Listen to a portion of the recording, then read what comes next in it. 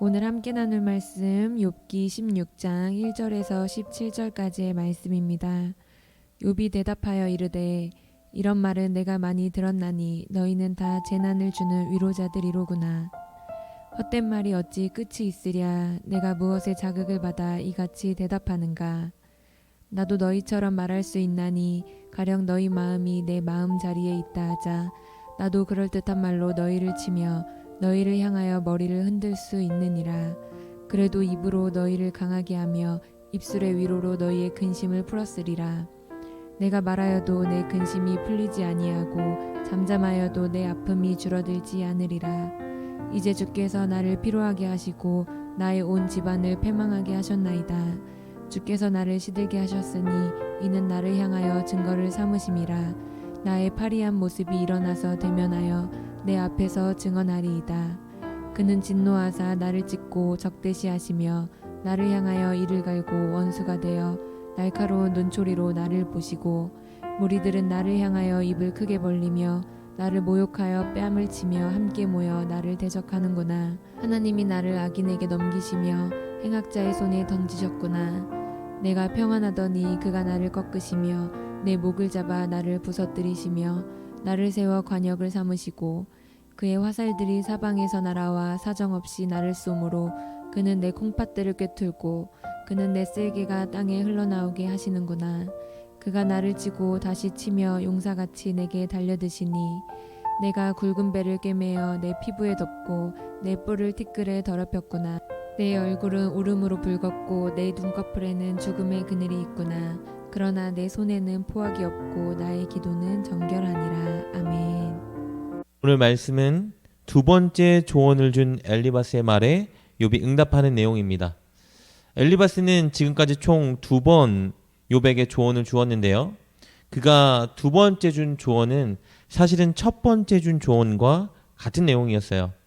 이런 조언을 욥에게 준 거죠. 너가 죄를 지었기 때문에 지금 재앙을 받고 있는 것이니 꼭 회개해야 한다. 두 번째 조언, 첫 번째 조언과 마찬가지로 그 내용을 전해준 거예요. 다만 그의 어투와 표현이 조금 더 공격적이고 강하게 바뀌었습니다. 이렇게 그의 정제 섞인 공격적인 조언에 욥이 입을 열어 반응하는 것이 오늘 본문 내용입니다. 2절 말씀입니다. 이런 말은 내가 많이 들었나니 너희는 다 재난을 주는 위로자들이구나. 친구들은 처음에 엄청 큰 슬픔과 절망에 빠져 있는 욥을 위로하겠다는 명목하에 욥에게 찾아왔었죠. 그러나 그들은 욥을 방문한 목적을 잊고 욥을 정죄하기 시작했습니다. 자신들의 주장을 받아들이지 않는 욥에게 비난을 퍼붓기 시작한 것이죠. 그래서 욥은 그들을 재난을 주는 위로자들이라고 비난하고 있는 것입니다. 그리고 욥의 상황은 전혀 고려해주지 않고 계속 자기들의 입장만 고수하면서 공격하는 친구들에게 욥은 이렇게 하소연합니다. 내가 만약에 너희들이었다라면, 우리들의 입장이 바뀌었다면 나는 아마 이렇게 할 거야. 우리 4절 5절 말씀입니다. 나도 너희처럼 말할 수 있나니 가령 너희 마음이 내 마음의 자리에 있다 하자. 나도 그럴듯한 말로 너희를 치며 너희를 향하여 머리를 흔들 수 있느니라. 그래도 입으로 너희를 강하게 하며 입술의 위로로 너희의 근심을 풀었으리라. 욥은 자신이 친구들의 입장에 있고 친구들이 지금 욥의 입장에 있다라면 그들이 욥에게 하는 것처럼 욥도 마찬가지로 그들을 훈계하며 정죄할 수 있다라고 말해요. 그러나 욥은 그렇게 할 수 있더라도 결국 그가 선택하는 자리는 고난 중에 있는 친구들을 위로하고 그들에게 힘을 북돋아주는 자리에 있었을 것이라고 말합니다. 그런데 친구들은 욥과 다르죠. 그들은 끝까지 욥의 말에 귀를 닫았고 욥을 어떻게 위로할까 고민하기보다는 욥을 어떻게 훈계하고 욥을 어떻게 우리의 주장에 굴복시킬까만 고민하고 있었습니다. 왜냐하면 욥이 그들의 말을 전혀 듣지 않고 그들 주장의 반대편에 선 것이 화가 났기 때문입니다. 이런 상황을 욥은 한탄하는 것입니다. 우리 6절 말씀입니다. 내가 말하여도 내 근심이 풀리지 아니하고 잠잠하여도 내 아픔이 줄어들지 않으리라. 그런데요, 욥은 지금 이런 상황을 만들고 이 모든 것을 주도하고 계시는 분이 바로 하나님이라고 생각했습니다. 그래서 이제는요, 친구들에게 향했던 그 한탄이 하나님을 향하여 다시 시작되는 것을 보게 됩니다. 우리 7절, 8절 말씀입니다. 이제 주께서 나를 피로하게 하시고 나의 온 집안을 패망하게 하셨나이다. 주께서 나를 시들게 하셨으니 이는 나를 향하여 증거를 삼으심이라. 나는 파리한 모습이 일어나서 대면하여 내 앞에서 증언하리이다. 하나님께서 욥에게 질병을 주셨고 하나님께서 욥의 집안을 완전히 망하게 하셨고 그래서 욥이 지금 이렇게 비참하고 흉측한 모습이 되었다는 것이 욥의 주장입니다. 그런데요, 이렇게 비참해진 욥의 몰골이 더 아프게도 모든 사람들에게 증거가 되어버렸다고 말해요. 어떤 증거냐면요, 욥이 정말 하나님께 큰 죄를 지었기 때문에 악행을 저질렀기 때문에 저렇게 고난을 받는 거구나. 지금 욥의 저 흉측한 모습은 욥이 악행을 저지른 증거야 라고 말할 수 있는 증거가 됐다는 거예요. 그래서 욥은요, 하나님이 자신을 정말 싫어한다라고 생각했습니다. 왜냐하면 이 모든 일을 만드신 분이, 계획하신 분이, 이끄신 분이 하나님이었기 때문이에요. 하나님이 나의 원수가 되었다고 생각해요. 그래서 9절부터는요, 하나님이 지금 자신을 어떻게 괴롭히고 공격하고 다루고 계시는지를 욥이 묘사하기 시작합니다. 9절 말씀입니다. 9절은요, 하나님은 욥을 원수로 여기시고 욥을 향해 이를 갈며 날카로운 눈초리로 노려보고 계신다라고 기록하고 있어요. 10절과 11절 말씀을 볼까요? 하나님이 욥을 악한 자들에게 넘겨주셨기 때문에 사람들이 지금 욥을 모욕하고 대적하고 있다라고 욥은 생각하고 있어요. 여러분, 뺨을 친다라는 표현은요, 엄청난 모욕과 경멸을 준다는 의미예요. 즉 욥은 하나님이 이 일을 허락하셨기 때문에, 사람들에게 자신을 넘겨주셨기 때문에 사람들에게 엄청난 모욕을 당하고 있다라고 주장하는 겁니다. 12절과 13절도 마찬가지입니다. 하나님께서 평안하고 순탄한 삶을 살던 욥을 맹수가 먹잇감을 사냥하듯이 공격하시고 무너뜨렸다라고 주장하고 있어요. 심지어는요, 하나님이 어떤 분이냐 하면 욥을 활 속의 관역으로 삼으셔서 욥에게 막 활을 쏘고 있는 분이라고 말하고 있어요. 그리고 그 활이 욥의 콩팥을 뚫었다라고 말하고 있죠. 여러분, 콩팥은 성경에서요, 그리고 당시 사람들에게요, 감정을 가지고 있는 가장 중요한 장소라고 생각했습니다. 그러니까 욥이 하나님의 활이 콩팥을 뚫었다는 것은 무슨 의미냐면요, 내가 지금 육신의 고난을 당할 뿐만 아니라 하나님의 공격 때문에 내 감정마저 치명타를 입어 나는 완전히 낙심하고 좌절했다라고 말하고 있는 거예요. 여러분, 이렇게 하나님이 욥을 공격하고 계시는데 욥이 할 수 있는 일이 무엇이겠습니까? 그저 슬퍼하고 눈물 흘리고 좌절할 수밖에 없는 것이죠. 우리 15절과 16절 말씀입니다. 내가 굵은 배를 꿰매어 내 피부에 덮고 내 뿔을 티끌에 더럽혔구나. 내 얼굴은 울음으로 붉었고 내 눈꺼풀에는 죽음의 그늘이 있구나. 이렇게 오늘 본문은 친구들을 향한 탄식, 그리고 하나님을 향한 탄식으로 마무리됩니다. 저는 오늘 말씀을 통해서 우리가 흔히 실수하는 한 가지 모습에 대해서 살펴보고자 합니다. 욥의 입장에 서보지 못한 친구들, 그렇기 때문에 도통 욥의 말을 듣지 않고 계속해서 욥을 정죄만 하고 있었을 뿐입니다.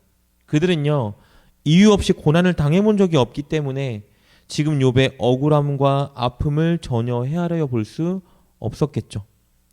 이런 상황에 놓인 욥이 본문을 통해서 흥미로운 말을 꺼냈었죠. 그것은 바로 가정법을 사용한 말이었어요.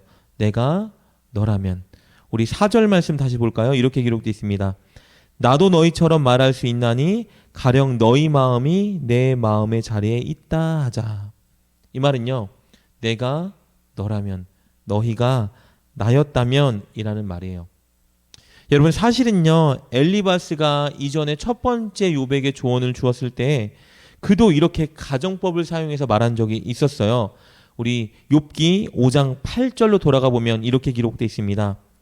나라면 하나님을 찾겠고 내 일을 하나님께 의탁하리라. 이 말은 이런 뜻이에요. 욥, 내가 만약에 너라면, 너의 상황에 있다면 나는 하나님을 찾고 내 일을 하나님께 의탁했을 것이야. 여러분, 그런데 이 표현 우리도 너무 잘 쓰는 표현이죠. 내가 너라면 이렇게 할걸? 내가 너였다면 난 이렇게 했을 거야. 근데 여러분, 이 표현이요, 얼마나 무책임하고 상대방에게 상처를 주는 말인지 우리는 명심해야 합니다. 내가 너라면, 내가 너 상황에 있다면. 여러분, 내가 누군가의 상황에 있다면, 특별히 고난 중에 있고 어려움 중에 있고 큰 문제에 봉착한 그 사람의 입장에 있다면 가장 먼저 우리가 경험하게 될 것이 무엇일까요? 바로 상대방이 느끼고 있는 막막함과 슬픔의 감정일 거예요. 그가 처한 상황 때문에 밀려오는 그 막막함, 괴로움, 슬픔이 먼저 느껴져야 정상이겠죠. 그러니 여러분, 내가 너라면 이란 가정의 표현은요, 반드시 내가 너의 상황과 처지와 감정과 마음을 공감할 거야 라는 의도와 결단이 동반돼야 되는 말이에요.